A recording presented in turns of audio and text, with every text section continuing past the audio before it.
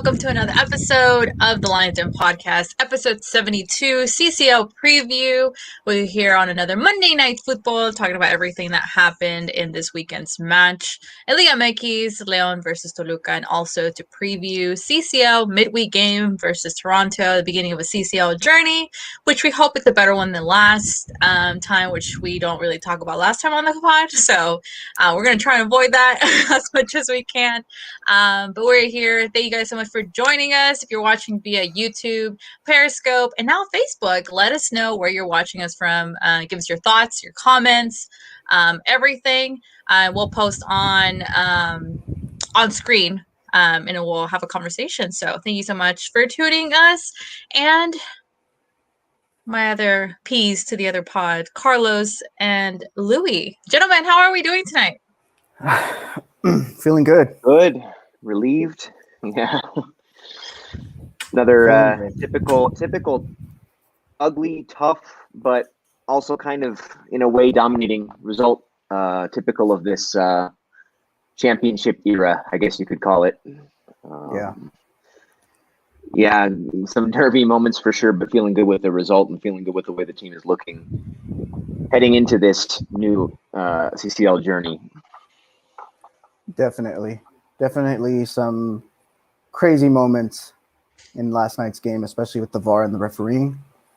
But I'm glad we came out victorious and got these 3 points because it was a very important game. Not sure if Toluca was our most difficult team that we're facing in these last five matches. I'd probably say it's Atlas, but definitely a struggle. I wouldn't have said Atlas before, but I would say Atlas now for sure, especially away. Especially away. Yeah. Well, it's crazy how things change. At the beginning of the season until now, Atlas we saw as, a little preschooler, and now it's like totally different. So we'll definitely talk about that in the next pod midweek. So we're gonna go ahead and talk about recap versus Toluca. Carlos, are you ready to give us the Club Leon pregame for this matchup? Yes, ma'am. Let's do it. Let's do it.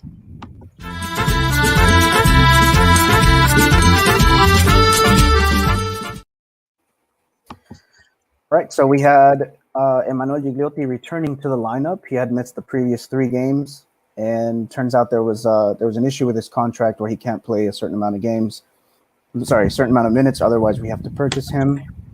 And so he showed up on the bench. He got a few minutes. Not really impressed with what he did, but I don't know. We can talk about it later on. And then the big news last week, a lot of people were reporting. Official outlets were reporting that Nacho Ambriz is very, very close to re-signing a 3-year extension with the team. So, guys, what do we think about that?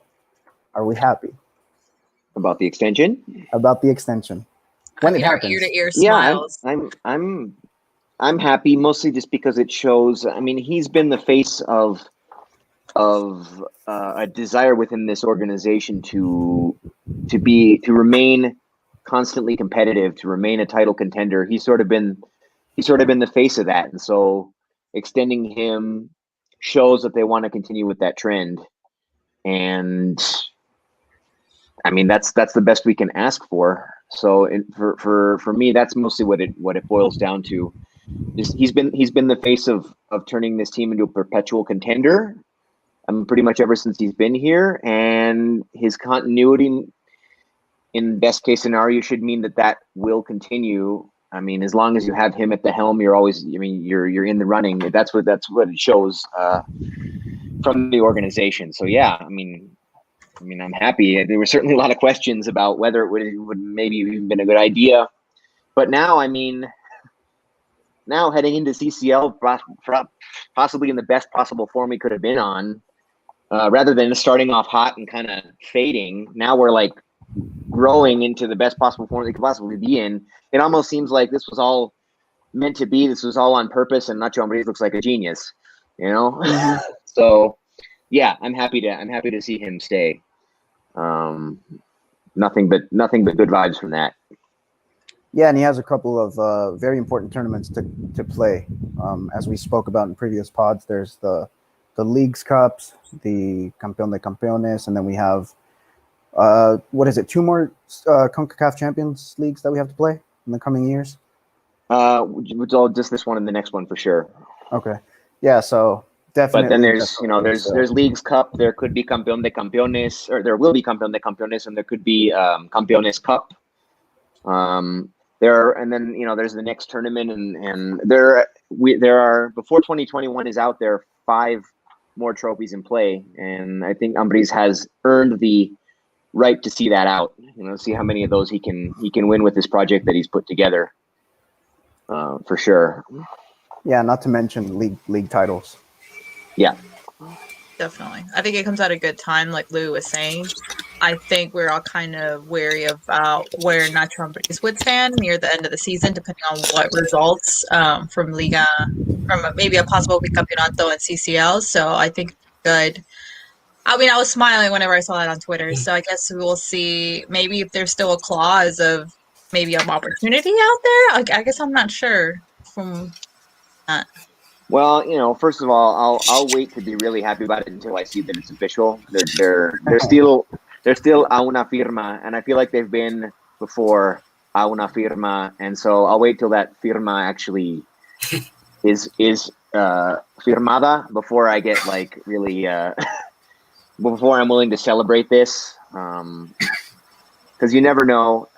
There will probably be a clause if he gets a nice offer from a European club. But I mean, Ambriz has probably got to be thinking about his legacy too. He has a chance to be legendary here. I mean, if he isn't already, he has a chance to be legendary in this institution. I mean, I think like the possibility of him getting hired on by like to be the head coach of like a major European club. I don't, just the history of, besides Aguirre, the history of Mexican managers like going to big clubs in Europe is not that much. I don't see too many big clubs taking a chance on him. And I don't know if him going over there to be an assistant or to coach a small club could compare with the legacy that he could leave in León. I mean, to be like the most beloved manager by far in the history of one of Mexico's most historic franchises. So, I mean, he's got to be thinking about that too.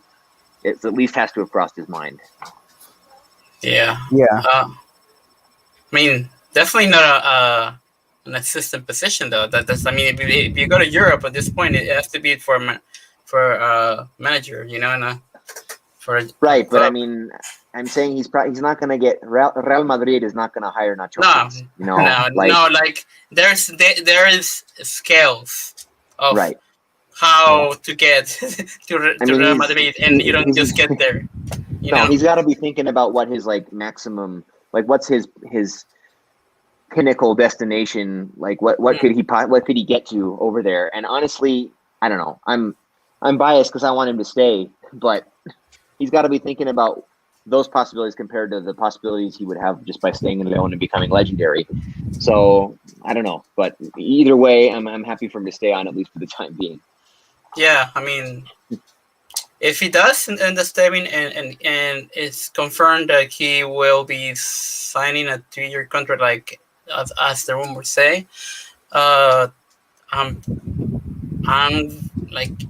willing to bet that he might just become either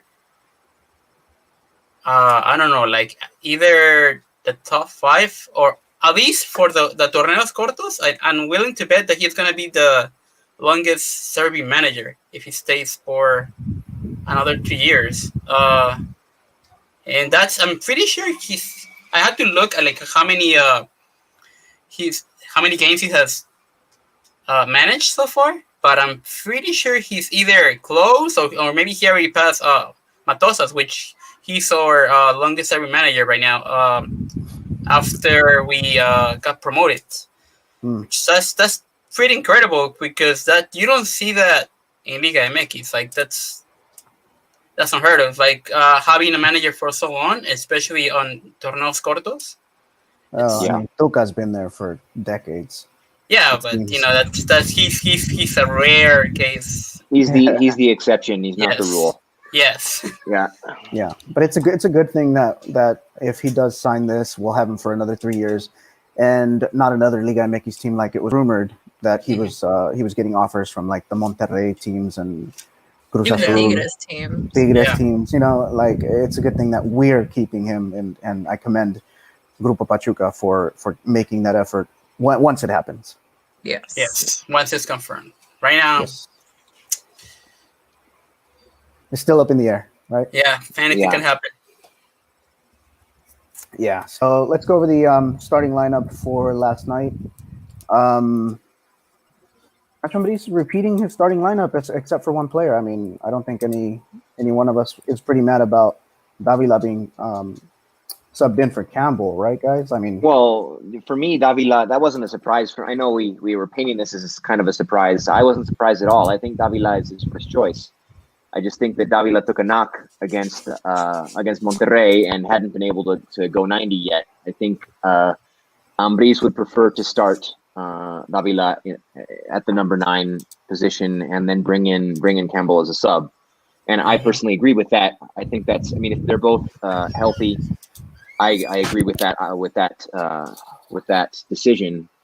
And I don't think this was a case of Campbell had won the spot and was for some reason replaced. No, I think Davila is the one that Ambriz wants there. He just hadn't been able to go 90, so it wasn't a surprise for me at all to see him there. Absolutely. Everyone else, pretty much the same thing. Meneses, Montes, Mena, Colombato, Navarro, Osvi, who actually had to go out injured. Hopefully he's okay. We haven't heard much about him. Tecillo, Barreiro, Avion, and Cota. Pretty common starting 11 now. Is that what we're expecting going into CCL? I would say so. Yeah, I think what. I was surprised that he didn't really make many changes. He only did one, so maybe he's just gonna go ahead and repeat the lineup. It's maybe for like 1 or 2 changes. I would say probably maybe. Who knows? Maybe we'll see either Davila or someone else in that striker position. I feel like he might change someone else, but then again, like Louis mentioned. Uh-oh.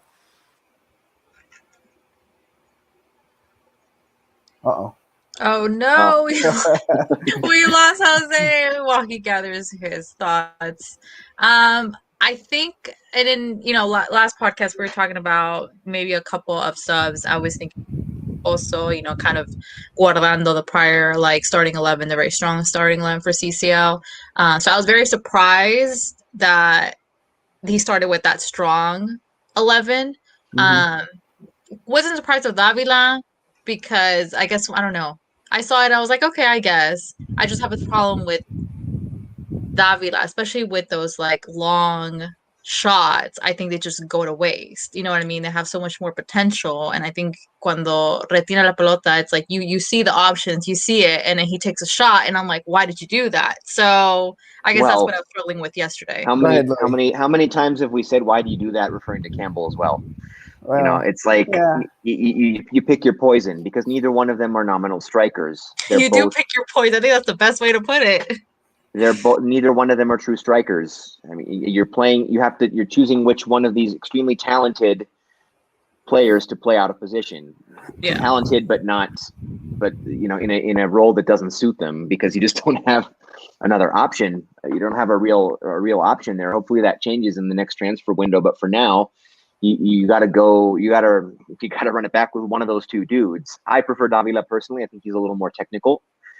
He does take some ill-advised shots, but I think over the course of a game he makes better decisions than Campbell. And I think, but more importantly than that, I just think he's the guy that Ambriz prefers to go with. But yeah, we were kind of wondering what the lineup would look like. We were kind of waiting to see what lineup would come out against Toluca, to kind of see what lineup would go against Toronto, perhaps. But honestly, I think it's going to be the same. Almost the same, maybe 1 or 2 changes, but almost the same. I think he's counting on the fact that there's no travel between these games. A home game, and then the next Liga game is against Atlas in Guadalajara. That's a short trip. I think he's gonna. There's not a lot of. This isn't as fatiguing of a stretch as it could possibly be. Yeah. Also, there's not a trip to Canada after this. There's a trip to Orlando. Big difference.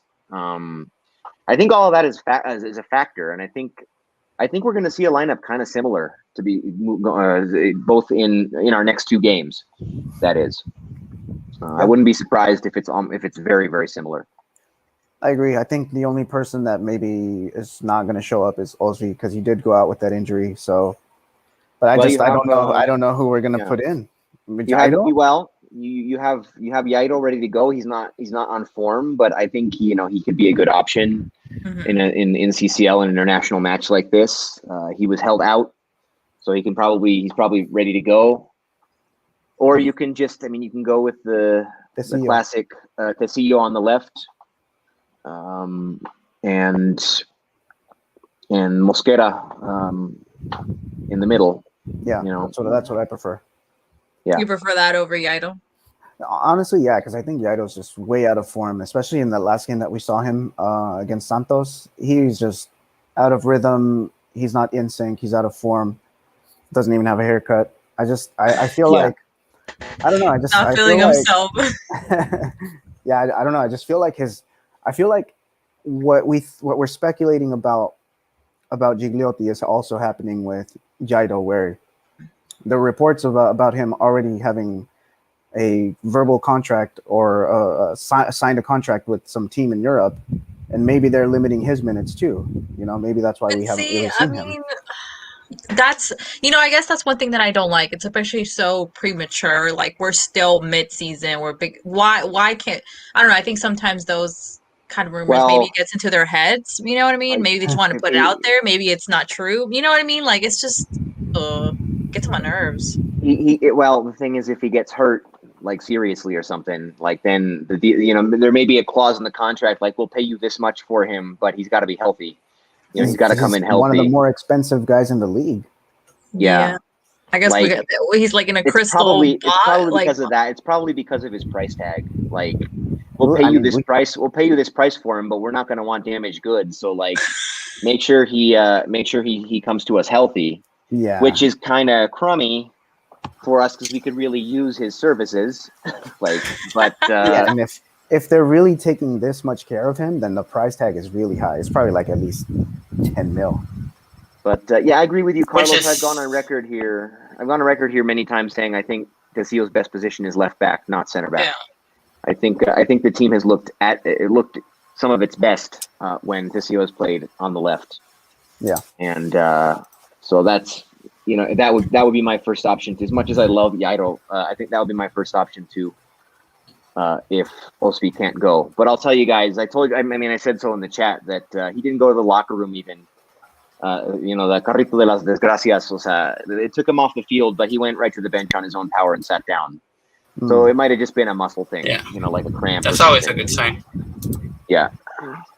Raul Guerrero says that Yaito has been sat down because he's way too free in the streets. Speculation? Nah, I don't know. I don't think it's the price tag, Raul. I mean, yeah, I think he's way too valuable for us not to be a crystal egg. Like, just don't damage him. It just sucks because Well, we enjoy seeing him. Go on. The thing is, though, if that's what it is, that only the tremendous value to put him living on the bench. If you give him more minutes and he has some good performances, and then that can only even raise his value. So I don't know. It feels kind of weird to not, but I think it's mostly probably either because he's not much ready, or I don't know what it is, but because he is rusty, but it's because he's not really playing too. Yeah. But I don't know. So I guess if we don't see him tomorrow, could we see him versus Atlas? I think we're going to see a lot more bench players during Atlas. We'll probably see like a Gigliotti during Atlas, more like start, because I don't expect him to start Wednesday. Yeah, probably not. Right. Yeah. I think go on. I'm gonna go on a limp, and I think Gigliotti's gonna start against Toronto. I think we'll see what happens, but because otherwise, why would he give in even if you say trash minutes? Why would he give in any minutes at all? Okay, Raul Guerrero says, well, the Good thing they point. got out of him is that Osby got back in game. Ha ha ha. Also, JP said, I know Osvaldo Rodriguez is playing decent, but to me, Yairo is 60% better than Osby at 100%. Louis, Thank we you, really JP. agree with you. Thank you, JP. I couldn't have Right now, said though? it better myself. And Carlos demands that I put respect on Osby's name. But you know what? This is exactly right. He's been holding it Yairo, down, man. Yairo at 40% is better than Osby at 100%. I'm sorry that So, they're a different category of class of player. Yeah, but Osby's been doing all right. I mean, he's started a few Has been. games now, and we haven't said anything about him messing up, or there's no plays where. Well, he messed up. He messed up in this game, so there's that. Wait, I mean, the center backs kind of hung him out to dry. Everybody got forward. He was the last man back, but he did a terrible job marking Estrada on that on the goal. Yeah, I gotta go back and see that. it was right. It was right in front Yeah. of my face. It was right in front of my face, and he did. No, yeah, go no, back and he check did. the replay. I didn't. He did I a didn't actually see terrible that it was job Osby, marking but if that was in, like, literally, lo dejaron plantado. They Dejaron did. a morir. They did. Yeah. They did. But he's a fullback. He's a defensive-minded fullback, so he needs to do a better job marking on it. Whereas Yairo, of course, is a more offensive-minded fullback. Something it lends itself more to the modern game. It's fine to have a defensive-minded fullback in there, but not if his man marking is like it was on Michael Estrada on Toluca's only goal of the game, which was just a cheap, trash, garbage goal. It was. But it was. I mean, Osby had some responsibility on that he didn't, for my money, fulfill. So it's not like I was waiting for a moment to crap on him, but I also won't turn one down. You know? Yeah. I mean, I think I agree with Carlos. I think he ha cumplido. You know, we haven't crucified him for a huge, like, this is why we lost kind of moment. Louis Or used what to were you doing crucify out him there? after every game? It's just. But, I mean, it's- we're not saying it's he, not like, perfect, but- Yairo is a much better player. Like Yeah. Yairo. Oh, is. He is, I agree. but right. A ver, so you said when he's at 60%. So what percentage is he right now? Well, that's the Like question. he's so isn't it? rusty. Well, JP says 60. I say 40. I say 40. Switching But, the are topic. Are we talking about Louis' favorite player, Osby? Yeah. Yes. Yes, we are. He told me in Puebla, he's like, don't tell no one, bro, but I love Osby more than Yairo. No. So Lou don't probably not had say a couple that. on him. Just He like he probably loves doesn't even Shaggy. remember. Just like he, I like just like he loves. Well, Shaggy. so yeah, that's what I was gonna say. No, but that's actually Just like true, he loves Shaggy. though. That's actually true. That's not even like, Really? not joke about that. Yeah. No. He's very I never said disappointed. Okay, guys, let's move on. Talking about last night, it was a 3-win streak for La Fiera. And moving on to the next topic, as Raul Guerrero says, let's talk about Colombato. Puras amarillas now, guys. Yeah, he has 5. Well, One more. on- and he gets that on- 1 game on- suspension. on his defense, on his defense, I'd rather amarillas than rojas. That's true. Yeah, Okay. that's Better the version thing. of Aquino. Like, that's the thing. That's the thing about That's- Colombato. Like, well, some of them have been circumstantial and kind of unlucky. Like the one he got last night was Come on. really that was pretty cheap. Yeah. It was unlucky. But the good thing about he might pick up a yellow. He's a contención and he's a tasked contención. he's tasked with more recuperación and more man marking than he probably has been before. He's kind of having to do more in that role than he's maybe been used to. But in spite of the yellows, I mean, you got to admire his maturity. Like one thing that was really evident last night was our old pal Ruben Sambuesa trying to get in everybody's head and be pesky and right after Colombato picked up his yellow, like Ruben's tried to egg him on. He tried to get up in him. He tried to. I don't know I didn't see the TV stream, Classic obviously, Ruben. so Classic Ruben. I don't know if you guys saw it on the stream or whatever. But Yep. Sambuesa, like gave him a little elbow or like a little push or something. He tried to get him to retaliate. Like Sambuesa was playing mind games with the whole team, but especially with Colombato in that one instance, like, and Colombato didn't respond. He didn't do anything. Like, he kept a cool head and he kept playing, and he didn't pick up a second yellow. Like, within his inexperience and within his unluckiness and within his, occasionally, he could have done better and like not been that careless on a play or whatever. He's also shown quite a fair bit of maturity, and that was a perfect example of it. Yeah, when I saw that in the midfield, I was like, "Oh no, not Sambu and Santi!" Like that's just the bad recipe right there. Yeah, I mean, but I still can't hate Rubens anymore. I used to hate him so much, and he reminded us why we all hated him before. But he was a big part of this. He was a big part of why this team is good now, and I can't hate him anymore. The stadium was booing him, and I just every time he touched the ball, and I was like, "Stop, guys! You are uneducated fans if you boo Ruben Sambuesa." No, I mean, he's the type of player that you love to have in your team, but you hate to go up against because he's just like you mentioned, he's just playing mind games with you the whole game, and you just like he's just waiting for that moment for you to get triggered and get a yellow or you even get sent off.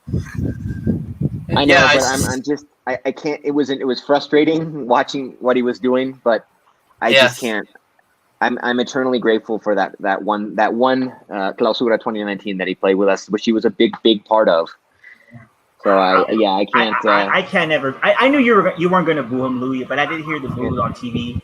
But that being said, of course, I'm never going to boo him because ese golazo against Tijuana and TJ, I was there. I was so close to it. I'm like, I even saw my friend, my dad's best friend, who was like super machista, whatever. He was like, "Te amo, Rubens." Like, that's what he does. That's what he does to people. So I'm not gonna hate him. Yeah, and then no tenemos memoria a veces.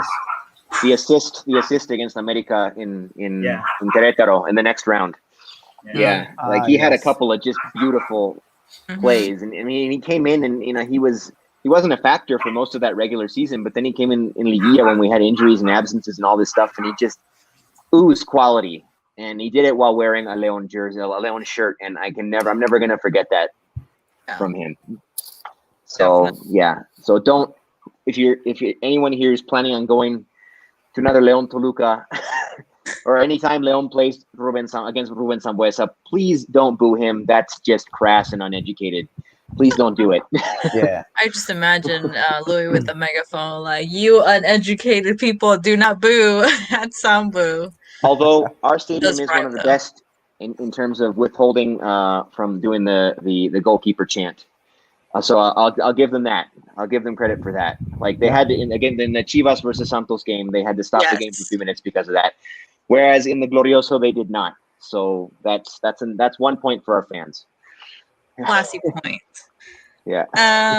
Let's see. Last night was the Chapito Montes show. Mena ended up with 46 goals. He's sneaking up into the top 10 goleadores for La Fiera. And then out of yesterday's result, Leon ended in the top 8. Can we breathe, guys? Yes, but it's not over. Like we have to continue like adding points, because if we let any game slip, like the teams who are just right behind us can easily hop over us. So if we want to end up in the top 8, maybe even top 4, we have to keep winning. I mean, if we want to end up in the top 4, we probably have to win out. I mean, that's the reality of the situation. I mean, I'd say 30 points. 30 points is probably probably the benchmark you got to shoot for to get in the top 4. Yeah. And if we win out, we'll get to 29. So I think we probably have to win out. I'm not super concerned about the top 4 anymore. I'd say like getting a home game in the repechaje should be more what we're shooting for, which if the season ended today, we would have a home game in the repechaje. So we just kind of have to keep pace. I'm not too concerned with winning out, but I think if we win 3 out of our last, whatever they're going to be, 5 games, then we'll be sitting pretty. And well, we also have Conca Champions going on, so I mean, it's a lot to try to deal with and take in. Yeah. Definitely winnable games. Definitely. Yes. The Atlas game is going to be interesting, but the rest of them, I think, very, very winnable. I agree. That's definitely the toughest of the remaining games. I had said that the Santos game was, but now of the games we have remaining, of these remaining 5 in the league, in Liga, Atlas is definitely the toughest. Although away at Mazatlan, you never know what you're going to get. That one concerns me too. Yeah. Like they haven't been good really, but at home it might, who knows how hot it's going to be, muggy. I forget Tomas Boy is ahead of that team. I just forget. Like, it's just in the back of my head. Like, until I see on TV, I'm like, Same. oh, He's such a there cool he guy. is. Same. So let's see. And just to end, because we're Jugadorazo, going to pero talk a little bit go. snippet, is the VAR fiasco, because we're only going to take a snippet of it because we have to talk about the beautiful buildup of a goal that we did not get counted for. So. For the second week in a row. I don't know. VAR. Unpopular opinion. I think there was a bit of a shoulder offside, like in the strictest sense. Shoulder. In the strictest sense. But you know what? They marked it correctly. I kind of like went down. But the thing is, like, there's so like the movement. You know what I mean? You can freeze the camera. It's like, to what point is the movement of the shoulder, and then it's all over. Here's the thing. In the strictest sense, I think it's okay that it was called. I think the linesman shouldn't have raised his flag because it was obviously very, very, very close. Like, I think he shouldn't have raised his flag, because what they're trying to do is, like, don't raise your flag unless you're absolutely sure, and then they can go check it. Well, he kind of did the other way around. He raised his flag, and then they checked it, and on the check, they're like, well, yeah, there's kind of an inch of shoulder there. So I guess here's the thing. I was offside. I don't know. I think they should have checked it regardless. But that's the thing, though. Like, I think you can't check it if they already marked it offside. He had to have not marked it, and then VAR would have to gone. Because even I was like, why didn't they check it? Oh, because which is a BS rule. No. Yeah, I believe they did check it on a goal check like that. The center referee doesn't go to the monitor. Yeah, like a goal check like that. Yeah, a goal check like that. He just gets the information in the air. He did put it when in the center circle. He did put his hand out to say, hold up. They're checking this. They did check it. The thing is, since it was called offside on the field. It was called offside on the field. There wasn't enough to overturn it. But there wouldn't have been enough to overturn it either had it not been called offside on the field. That's why I'm saying the linesman in that situation, don't raise your flag. Then they can check it. And they probably, if it had been called a goal, it probably would have stood. Had it been called offside, which it was, it stood. It would have stood either way, no matter what the call on the field was. Yeah. So sometimes you gotta. The beef is with the linesman who raised his flag, and he probably shouldn't have. But that's just the way it is. What a beautiful goal it was. That's I feel like the sad part. Yes, I feel like it wasn't the same caliber, but I feel like this happened to us once before, that we scored a really Santos awesome goal. Oh, yeah. Yes, I can't forget about that one. I was so heated. Yeah, that's what it was. Yes. I think the theme watch of the season. Yeah. So that being said. I don't know. Leon still found a way to overturn that, and that's something that we should kind of like be proud of, because you can easily for the first time this season. This season, that's why, and it's a great comeback. Great time to have that kind of a comeback, because I always have my concern after Fecha FIFA. Leon historically hasn't always done well after a Fecha FIFA, and that was kind of what. Like last night on the pod, I was like, look, I don't know anything about Toronto FC, but that being said, hopefully against Toluca, we would see that Leon from last season, a Leon that even though in the face of adversities, they could find a way to overcome that, like they did last season. Almost every game last season was like that. Yeah. Close comeback win. It felt a lot like the win against Querétaro, for example, last season. It felt kind of like that, like a comeback win. A classic, close, hard-fought comeback win, but it also had shades of this season where they had. I don't know how it seemed to you guys on TV, but in person, it felt like a frustrating, lazy. They were first half. They were winning. They were dominating the game, but they had nothing to show for it. It just felt like every time, like I don't know. The first half was really, really frustrating. They were clearly the better side, had nothing to show for it. And then, obviously, right before the buzzer, it comes back to bite them. And then, in typical fashion, La primera que tuvieron. That's what sucks about it, you know. Yeah. And then, in typical Leon fashion, the first half of the second half, Leon dominated, dominated. Got their 2 goals to take the lead back, and then in typical Leon fashion of this season, struggled to close things out. Made things really nervous until the final whistle. But Carlos, while I will not put respect on Osby's name, we gotta put some respect on Barreiro's name. Come on, let's put some respect on Barreiro's name. Absolutely, I'm not trashing Barreiro. Barreiro. First goal in a Leon jersey. A man who's known mostly for scoring goals in his own net. Finally scores one for Leon. Not in a Leon jersey, though.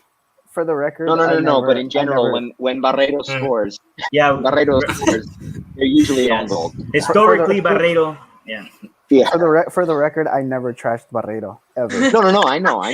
I'm saying. Oh, okay. I'm not saying. I never trashed him. We all collectively. One time we all, I think myself was on here. We all collectively. And then I said the next day, I'm sorry. No, we have never trashed him. We questioned.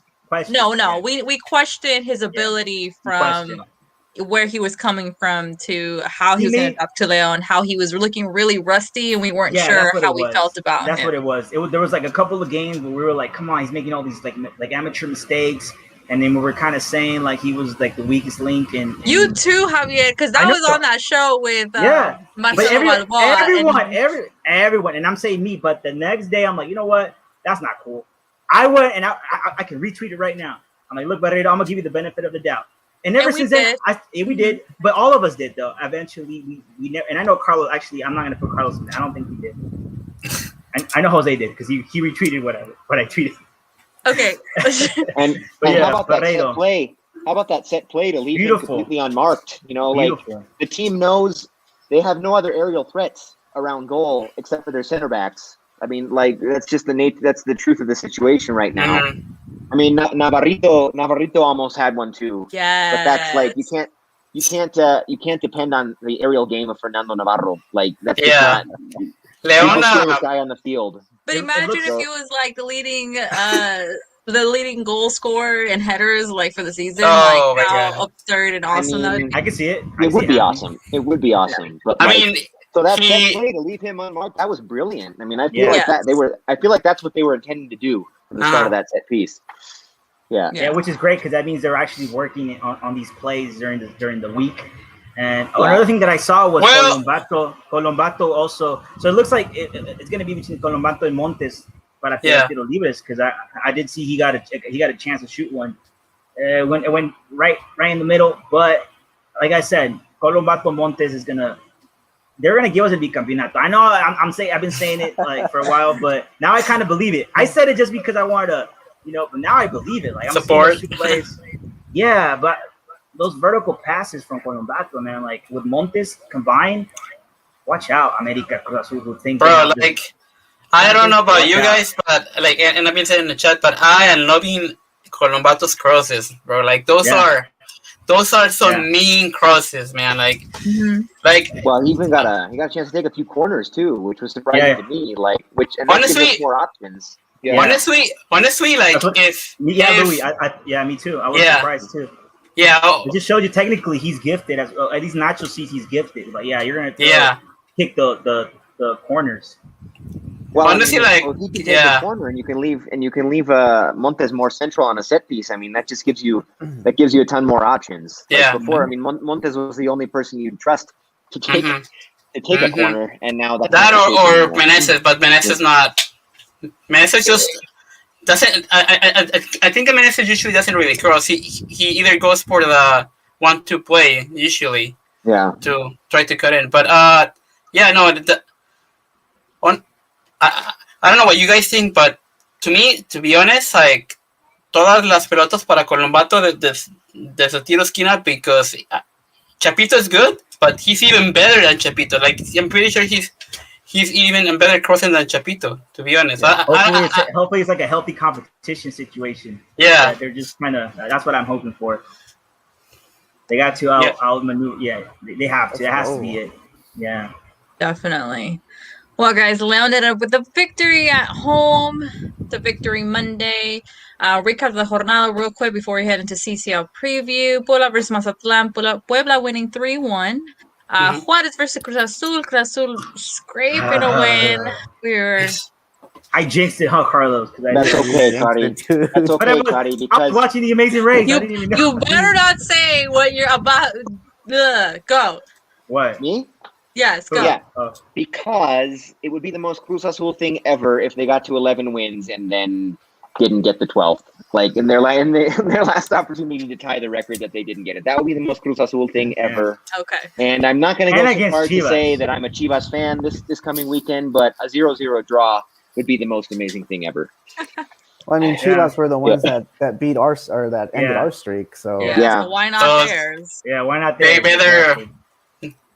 They better do it too. They better. Atlas winning 1-0 versus Xolos. America 2-1 over Necaxa. Monterrey 2-0 over San Luis. Pachuca versus Pumas 2-2. I never expected that to end in a draw. That game was so much fun. I turned it on. What a wasted result. I turned it on at like minute 88, and then that's when all the magic happened. Yeah. I think Carlo was like, I just shut it off. Yeah, that's when I turned it off. Hey, you missed all the good parts. Hello, Domino's Pizza. Let's see. Santos versus Chivas 1-1 draw. It started off kind of boring. It was just especially the first half, but I think it definitely picked up, obviously with Angulo in second half. Rescuing looked better, but Chivas ends with 7 draws with 2 wins. That's very, very poor. Tigres 1-0 versus Querétaro, and León victory over Toluca. Okay, let's go ahead and move on to CCL. As you guys know, we're in CCL midweek matchup. Very interesting journey, which we hope to take upon, especially after finally winning La Octava, hoping to reach a bicampeonato, and also having a good run in CCL. So we're going to introduce our special guest to help us kind of preview regarding midweek CCL debut versus Toronto. We're going to welcome to the pod Ryan. What up, y'all? What up? How's it going? Ryan, how are you? Doing good. I'm doing good. Can't wait for CCL to start on Wednesday. It's going to be a good time. Well, Tuesday, but our match too. I'm watching the whole thing, so everything. Yeah, we will be too. I actually have another team in it as well. So my other team plays Tuesday. The Portland Timbers. Yeah. Portland. Okay, that's cool. Yeah. Louis, here your only team is Leon. Okay? I know. I don't want to hear it. But I'll be watching. People tomorrow. have other teams. I'll be watching tomorrow as well. Yeah. I was kidding. Ryan, talk to us a little bit about where Toronto is at currently. Last season, Toronto FC finished second in the league overall. They have a new manager, as Chris Armas has taken over, which I like that a lot more because I think Greg Vanney is a complete and utter fraud. So I'm glad with that. Chris Armas has a great pressing for the team, a great pressing situation for the team. Probably a 4-4-2 diamond that could be a 4-3-3 at some times. But I like where this team is going. They have had a great offensive preseason, a 3-0 win and a 4-2 win. Fort Lauderdale, the 3-0 win. Columbus, the 4-2 win. Offensively, this team looks amazing. Josie Altidore is back. But the defense is still a very big question. But if we can outscore the defense, I'm not worried at all. I think we can outscore the defense. And with a high press and not passing the ball backwards as much, I think that'll help us out there. But Toronto looks like a great team. I think people are underestimating them very highly. It's a sad thing to see, but not making any signings in the offseason is making people question us and doubt us when we really shouldn't be. We're still a great team. I'd say we're the second best team in CCL. Not being biased, actually being completely serious. I think we're the second best. And I think it's going to be a MLS good teams run. or all the teams? Of the MLS teams. Oh, okay. of like the MLS teams. Yeah, I know the Mexican teams are. I still think we're up there, but second of the MLS teams. Yes. Okay. All right. Anybody got any question for Ryan? Well, first of all, Ryan, I just got to ask you, your accent doesn't strike me as a typical Toronto accent. I was born in Mississippi. Yeah. Greenville, Mississippi. I was a Toronto fan since day one, though. Roy Halladay, being a Blue Jays player, did that for me. 2004, got into all the other Toronto teams, and then Toronto since day one. Yeah, I mean, I live near St. Louis, though, so. So what do you think about Kawhi Leonard? I saw the Maple Leafs hat. You got the Toronto FC jersey, and you're talking about the Jays too. So you're obviously full in on Toronto sports. But I mean, I know a Toronto accent, and that wasn't it. So I'm glad to get a little background on that. Yeah, because I was on your story. That's great. That's great. I mean, that's kind of how it is, you know. But I guess my question would be, I did a pod last night about Toronto FC and pretty much how everything you said about the new coach, and they're very optimistic about what he could do and his style, the pressing. And I said on the pod, I said, hey, I think Leon likes to have possession of the ball. And you know, when they don't kind of have possession of the ball, or whenever they make mistakes and they counterattack Leon, like we saw last night against Toluca, that almost is always our kryptonite in a way. So I'm just hoping, because I know there's not that many tape on Toronto FC, correct? It's like not really, like it's a mystery for everyone. But I'm just hoping like the first game, like it would be more like how it was against LAFC, where they played more conservative the first away game, and then at home they're gonna pretty much go all out. Do you think that's what's gonna be the case, or they're gonna attack Leon right from the get-go? The way this team plays, I think they want to attack Leon from the start because I think they realize that's their best chance. As I've seen this season, because I've been doing a lot of scouting videos on my YouTube, watching Leon's season. We know. I think they're a team that, hey, I have to. I wanted my views, and I'm like, hey, it's a good thing to do since we're waiting all this time.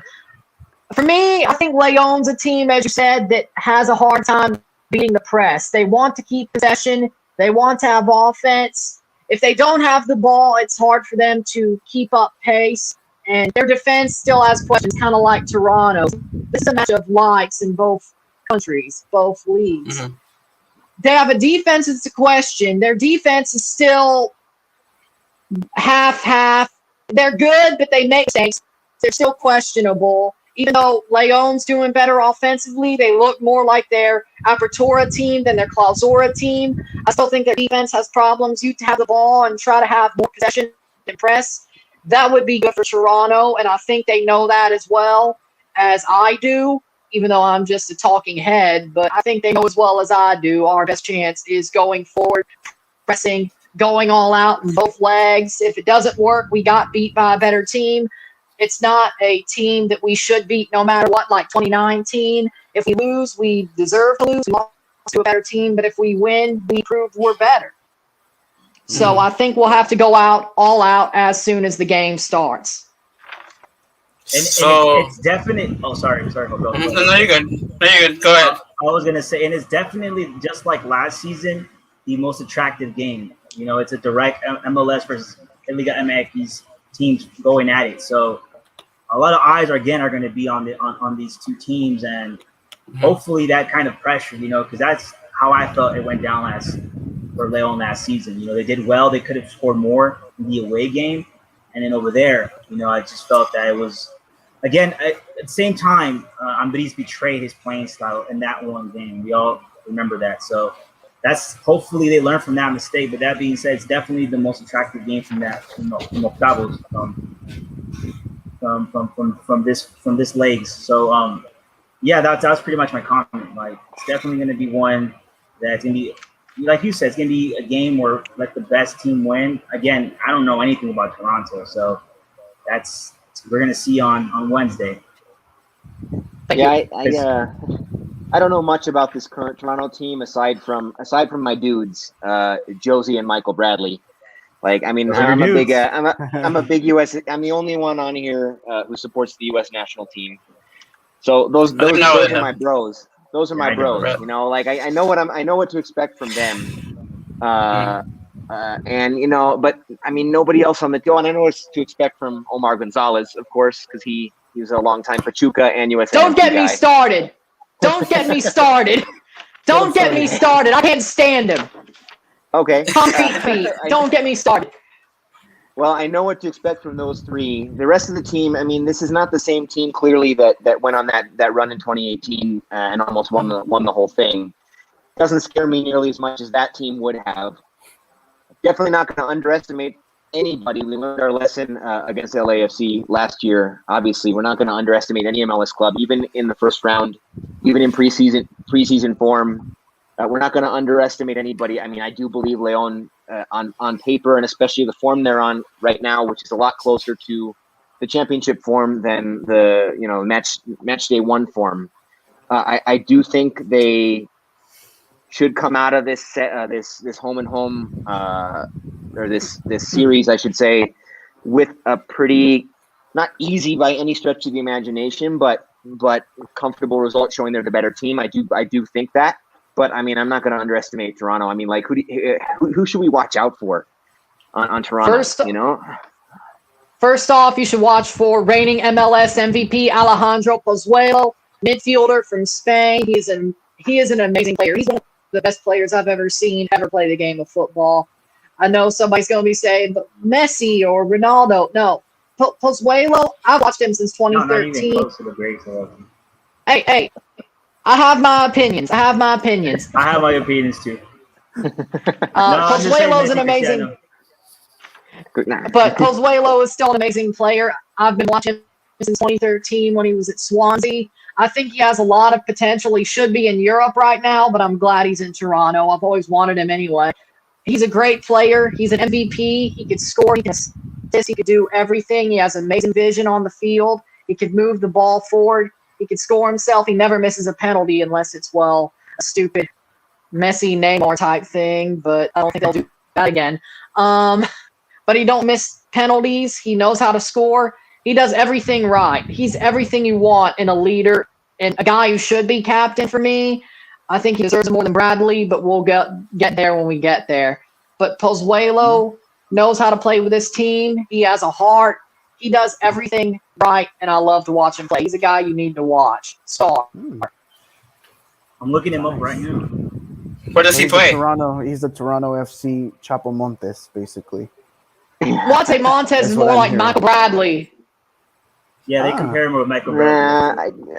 Montes has more offensive qualities than Bradley. Yeah, does. but like captain-wise. But captain-wise, at this point in both their careers. I've seen that comparison already. Now I'm looking forward. I am looking forward to seeing Bradley and Josie because, like I said, those are my dudes. I mean, Michael Bradley scored one of my favorite goals that I've ever seen live, which was not a Leon goal. It wasn't a Timbers goal. It was Michael Bradley scoring from Azteca. Chipping Memo Ochoa at Estadio Azteca. That was a USA versus Mexico World Cup qualifying. See, I'm neutral. That was maybe the most amazing goal I've ever seen live.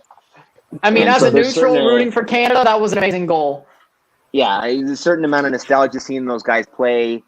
They also kind of represent to me the limitations of the U.S. national team. I think the trajectory that they're on now is one that they couldn't have ever had with players like Josie Altidore and Michael Bradley. Nothing against them, really. They're good players. They have great moments.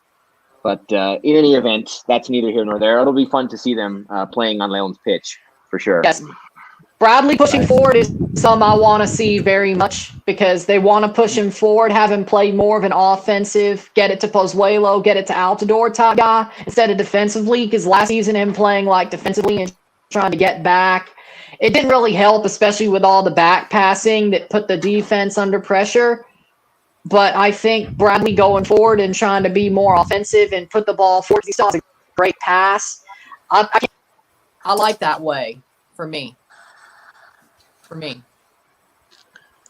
Shout out to Wiso and my other Fiera amigo. He says never. That's a horrible comparison. He just doesn't like Michael Bradley. That's fine. The Michael Bradley want this? I mean, The feeling is mutual. Bradley, I don't like it either. Sorry. let me ask my colleague, Hey. Michael Bradley's got to be in the top 10 hey. of players most disliked by Mexico fans, right? Yes. He's up there with Donovan, and I love Donovan. I met Donovan. Donovan played for Leon. That's different, Javier. but he's hated by like all of. I mean, that was amazing. I love that when he was booed, because I'm like, I want Leon to be like the antagonist. To be honest, always wanted to. That's my dream. Leon has to be the antagonist when it comes from America to be and the heels Chivas. too. So I want Toronto to be the bad guys too. So I feel you. I mean, you guys are cool, man. That's Canada. If they hate you, that means you're doing something right. Yeah. I love Canada though. That's another. Yeah. Another story. Plus Kawhi made Toronto win the championship, and I'm a big Kawhi Leonard fan. So that's another thing why I want him back. I was gonna say, do you guys hate him that he left? Because I felt, I mean, he Not gave. Not really. No, I still love Kawhi. Like, There you go. You get a Raptors championship. Yeah. Like, we can't hate you, even though I hate Uncle Dennis, but I don't hate Kawhi. Yeah, I'm never gonna hate Kawhi after what he did to San Diego State. Like, he's my goat. Yeah, same here. Honestly, same here. Louis likes Dame Lillard. Yeah, And I he like loves his Lillard rapping. too. But he I loves like how his you rapping point. career more. He's He right loves his on. rapping career more. Hey, I'm a Blazers fan. Of course, I like him. But you love his rapping career. what do you Was think it? about Norm Powell? His rapping career. And he thinks Championship Chuck is the greatest. He told me.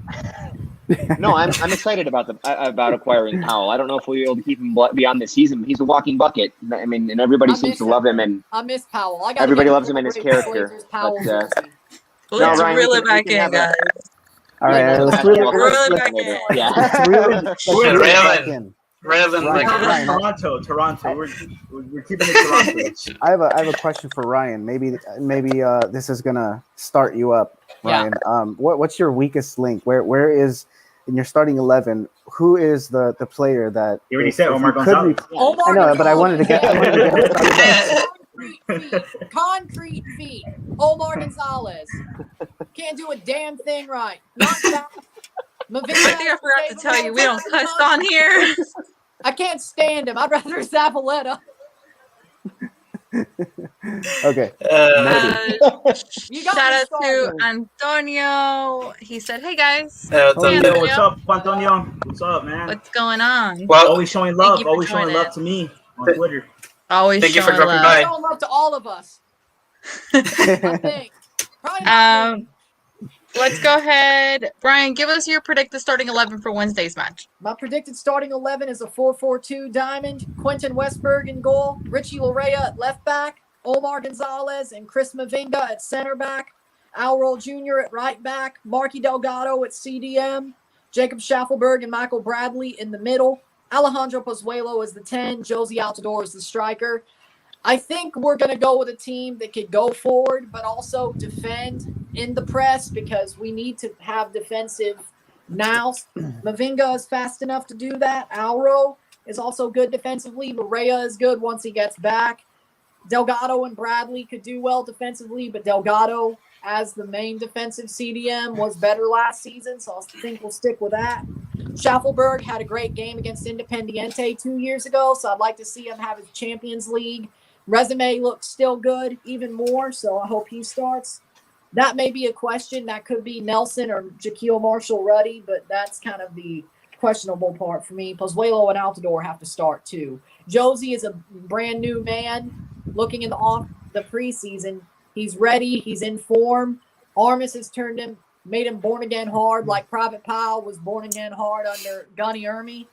I tried to make that in the article, but it didn't really stay there.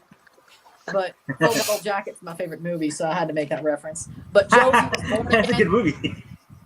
Hey, and it's a Christmas movie too, but we won't get into that. Yeah, so we're gonna. It's a good movie. And I know Louis loves films too. He's a big Hey, Yeah, that's a good. I like that Josie- movie.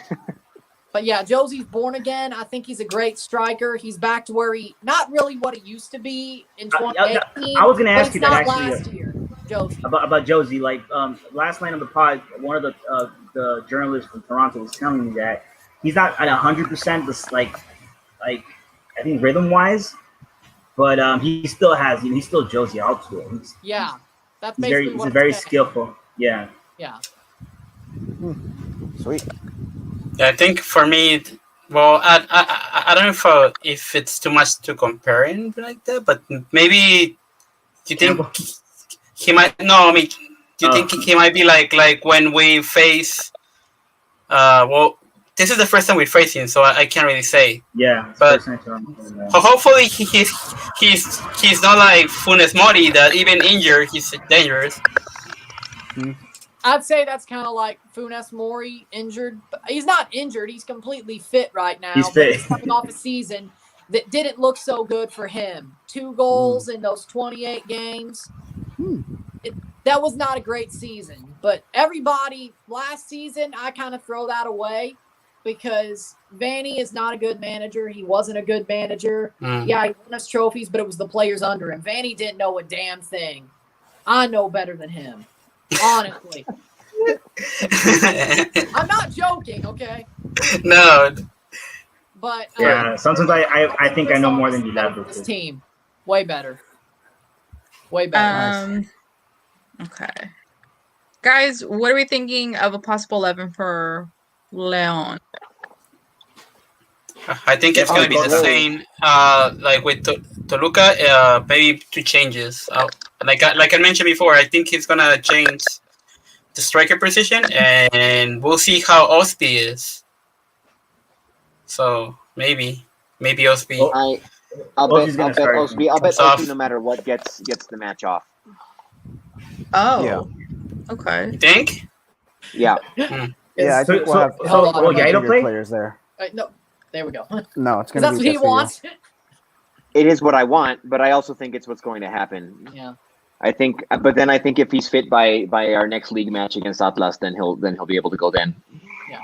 Okay. Yeah, same. I think we're gonna have Desillo as the left back, and then have Mosquera and Barreiro as center backs. Those are bigger guys too. I think Osby's the shorter, skinnier guy. Mm-hmm. So if we're gonna have Josie Altidore, who can body up like 2 or 3 players, like Joel Campbell, then we need to have some big guys on him. So and also in CCL.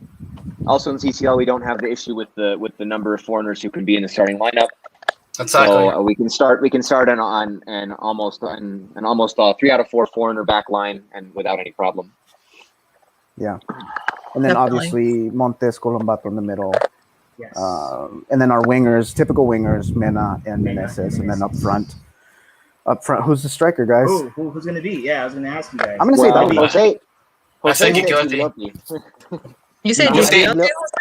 That's no, I don't know. He hasn't played in a while. He's I'm not gonna go with rhythm. Campbell. Nick Keeler. Let's not kid ourselves. Nick Keeler is starting. Nick Keeler. Finally, he's gonna score a hat trick. Davila again. I know it doesn't make sense, but I feel like he's gonna start in. But we'll see. Gigliotti or Davila? I think Don't see it. Gigliotti. I think it's gonna be Davila. I will see. Davila. I'm going for Campbell. I'm betting on Campbell. Campbell could also be maybe a 9. Yeah, I can see that too. I mean, that's the thing with Ambriz. I feel like he's still kind of experimenting his own ideas. Yeah, we like especially the striker role. We don't even know who's starting, who's coming off. Like we have no idea. Yeah, I meant to say kind of that he's still kind of experimenting what his attacking is going to be, because sometimes it's Davila, sometimes we see Campbell up there. Yeah. So, but we don't really have a 9. Yeah, we don't, and I think we haven't really struggled because like the goals mainly for us, they're generated from the win. So we don't really, the striking doesn't.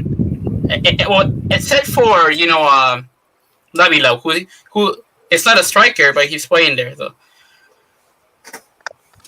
Yeah, definitely. Yeah, for me. Like, if you want to play a striker, it should be your most pacey striker. I'm going to give that as a hint. Well, that would definitely be Davila. That would definitely be Davila of the ones we mentioned.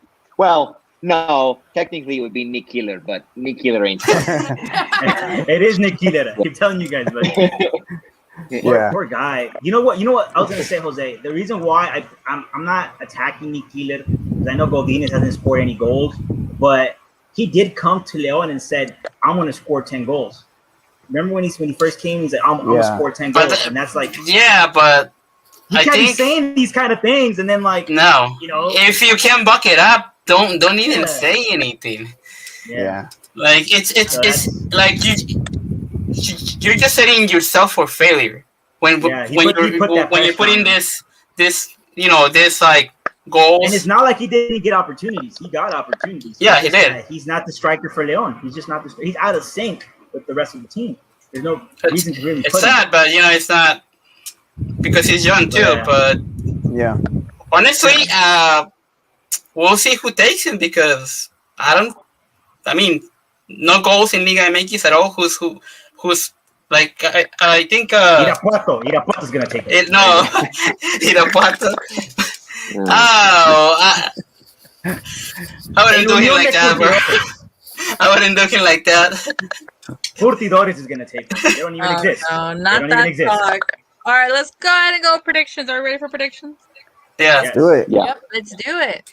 Prediction time, prediction time, prediction time, prediction time, prediction time, prediction time.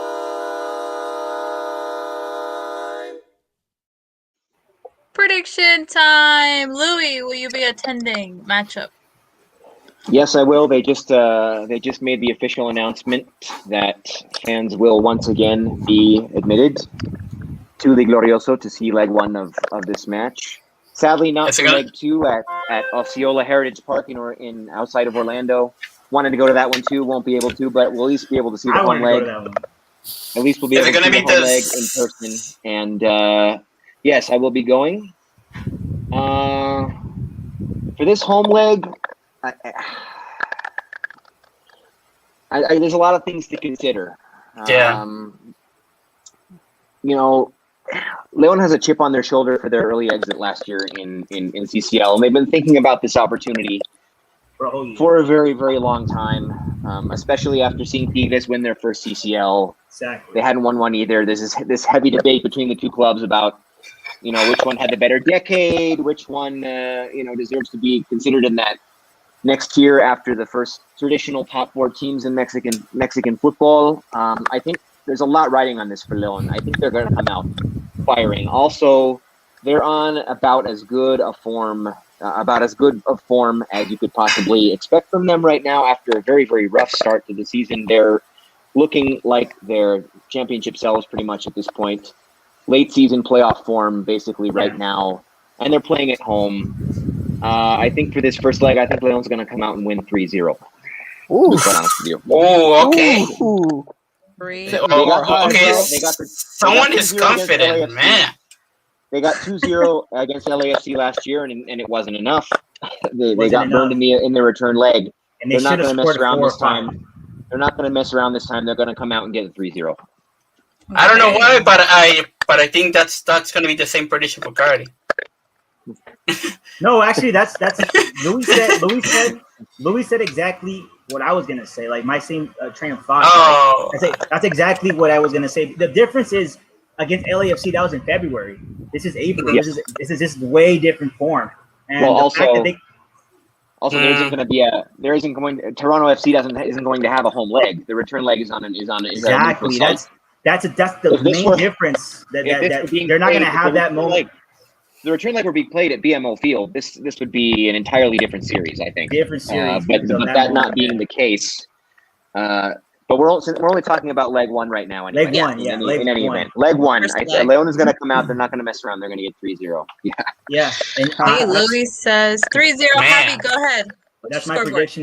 That's my prediction as well. 3-0 because against LAFC, they could have scored 4 or 5, and there is definitely a chip on Leon's shoulder. I mean, this is something they've been thinking about for a whole year, especially after my train of thought.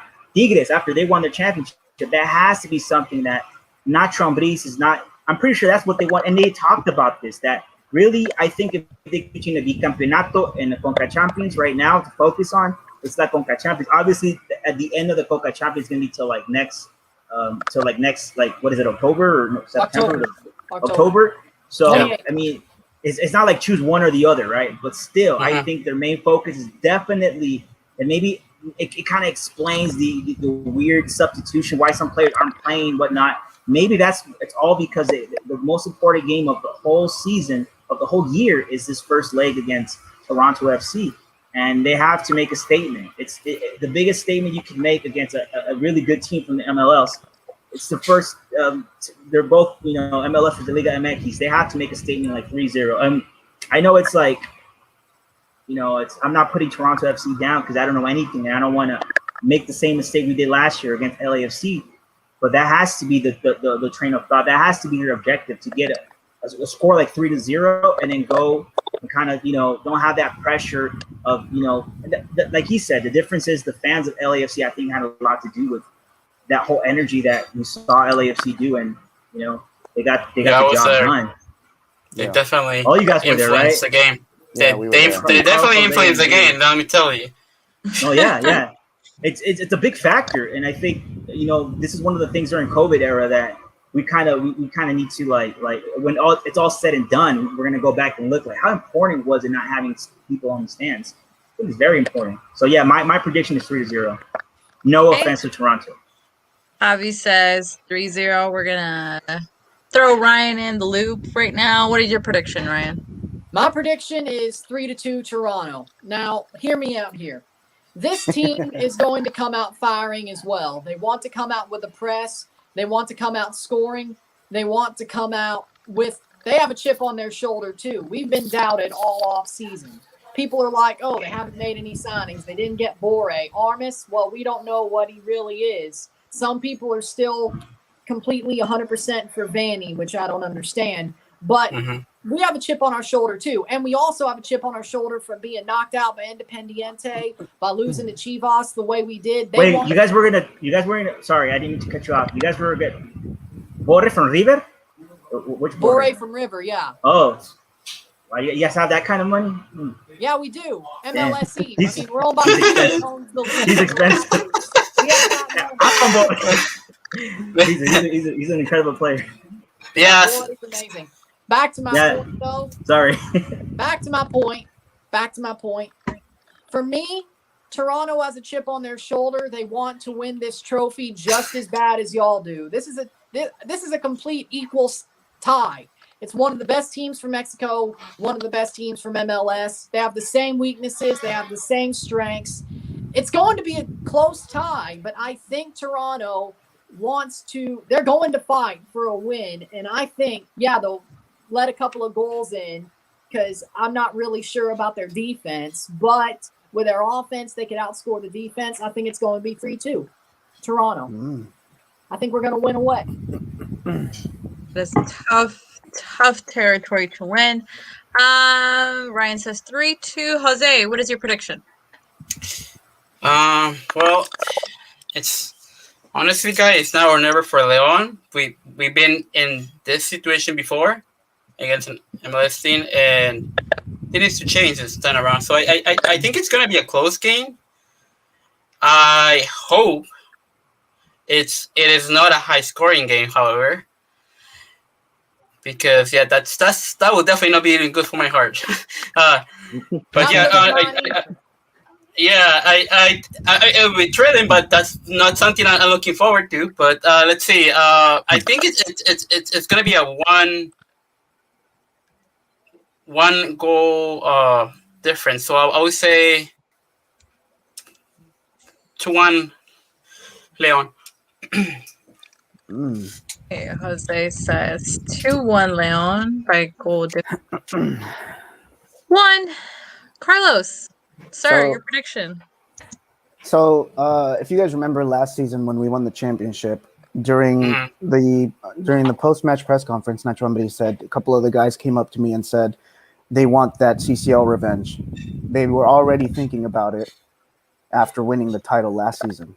So it's a huge chip on the shoulder of our guys. Not only that, but I think the deciding factor, Javier keeps saying there's a lot of deciding factors, but I think the main deciding factor is going to come down to legs. Toronto FC's been off for 6 months. Yes. They've been off for I think it's six months. They only have 2 preseason games. They're not full strength, I guess, games. And, Leon has a whole season behind them, especially this last month where we've gone from being a losing team to now looking like a contender again. So I think it's going to be 3-1. I think Toronto's going to sneak one in there. I think Josie Altidore is going to be offside, but since there's no VAR, it's going to count. It's going to count. The VAR. So VAR it's strikes going to again. be 3-1. Oh, It's yeah. going to be 3-1. Are you sure there's no VAR, Carlos? Is there? Yeah, I don't there think isn't. I thought it was. I think I don't know. there is. I think there is now. Is To be there? quite honest with you, Is I there? think they started using it when they restarted. Did they not? Or maybe They didn't either use they it in the restart, okay, They did it. but they were but they said talking they're going about to start how it this year. yeah, they were talking in the restart games about how starting with the next edition they were going to start using it. That's what it was. So I'm pretty sure there is going to be VAR. Well, they'll find a way to okay. mess it up. Now, whether they use the VAR correctly, whether they actually like go to the VAR when they should, They are. whether They are. I checked. There is VAR. Like in right. But whether they Typical- actually use it properly is another story. Is another issue. Yeah, true. Regardless if there is VAR or not, it's still it in the whole world. It's not even being used in the correct. There's all these fails. So regardless of but there is. I just checked. There is going to be VAR. All right. But, It's, we already saw what happened last night, so it doesn't really matter. It's a 50-50. Cool. Got it. Carlos, you stole mine, but it's okay. It's okay to copy. It's okay. It's okay. I'm also gonna go with the 3-1 victory for Leon. I think it's gonna be a crucial first leg game for Leon, especially being at home. What Louis spoke about earlier in the pod, how they had these 2 home matches. So I'm hoping that they continue with that momentum and están arropados with the fans, which obviously they play a big influence. So I'm hoping for a 3-1. I do agree with Carlos. I think they might slip one in. Kind of testing the waters and seeing how we can finish it off in the second leg. But all in all, I think Oliver Fiera's are going with the Leon victory, and obviously our guest is going with a victory. There'll be a victory dance somewhere. We don't know where. You're right. Hey, Which we is gotta have a dance exactly. off.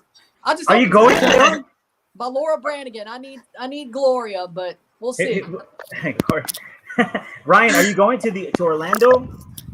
There's no No, fans there. there's no fans Oh, no allowed. fans. That's not fans.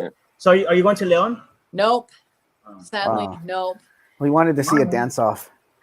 Hey, Yeah, Hey, Louis. Louis, maybe a I've seen Louis rematch. do it. Maybe a rematch. Yeah, I see Louis pre-match. do it in Let's do it. Rematch one day. places. Just do it now. Nah.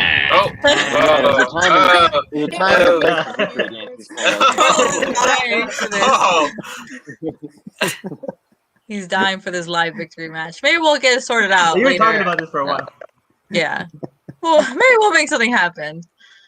We'll get some I'll judges enter and this. everything.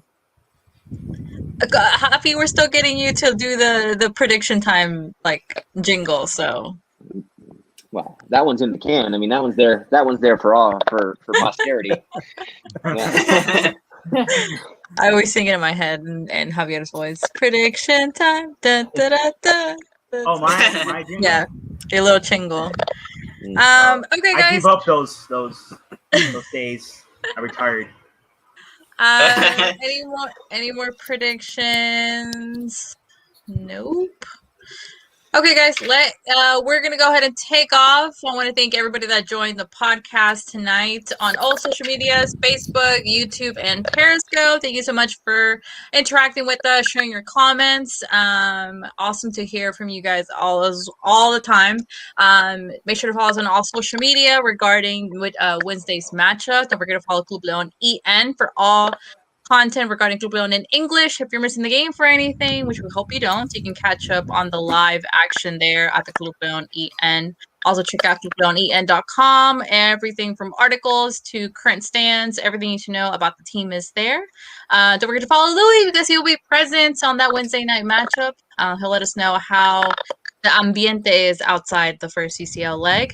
Ryan, I want to thank you for joining us tonight and helping us kind of get to know a little bit more about Toronto. Thank you for stopping by. And if people need to follow you, where can they follow you at? You can follow me on YouTube. My name is the channel name, Ryan Anderson. Look up Ryan Anderson Toronto. Should pop up pretty easily. On Twitter, it's Ryan Anderson _27. I'm an amazing follow there. I have a lot of good content. Instagram and TikTok, Ryan Anderson .27, because it has to be somewhat iconic.